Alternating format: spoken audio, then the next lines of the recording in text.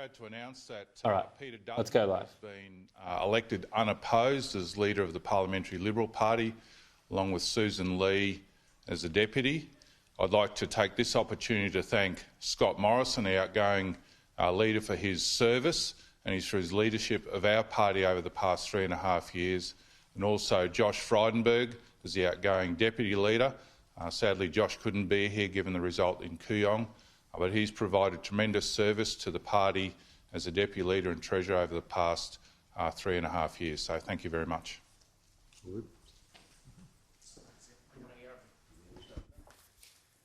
So as expected, the Liberal Party room, we had unopposed Peter Dutton as the leader. He's now the leader of the Liberal Party. Sussan Ley will be his deputy.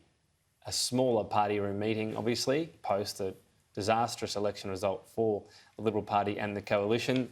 Peter Dutton is Liberal leader, so it all starts from here. We'll hear from him in about an hour's time, Andrew Quinnell. What note should he be hitting? Well, inclusiveness, working across the party, the job ahead to hold government to account, and a fresh start, you know, looking at all policy fresh.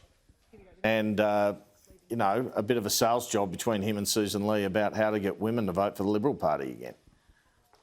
I mean, fascinating, this election has been happening in Britain and particularly America for a while. You've got rich people voting for the Labor Party in some electorates and poor working class people voting more for the Liberal Party. So, but you've got to win some of those rich people back, it would seem to me. Otherwise, what was the point of the stage 3 tax cuts? So it's a fine balance. I think Peter Dutton's hit the right note when he says we're not conservative moderates or moderate conservatives. You know, elections are won from the centre. Government is won in terms of re-election from the centre in Australia. And John Howard was a right-wing leader, sure. He was from the Conservative faction, but he often had policies in the centre.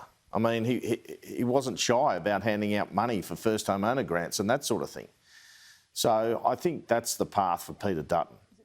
And but again, he's got to stay true to some values as well.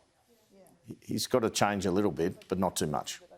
Yeah, and to embrace that full broad church, as John Howard used to call it so often, they really do need to do that. And Sussan Ley, I think, is a good choice as deputy to do that, not just as a woman, but as a very capable former minister herself, and someone who comes from a different part of the Liberal Party tradition. So I think it makes a lot of sense as they start the rebuild.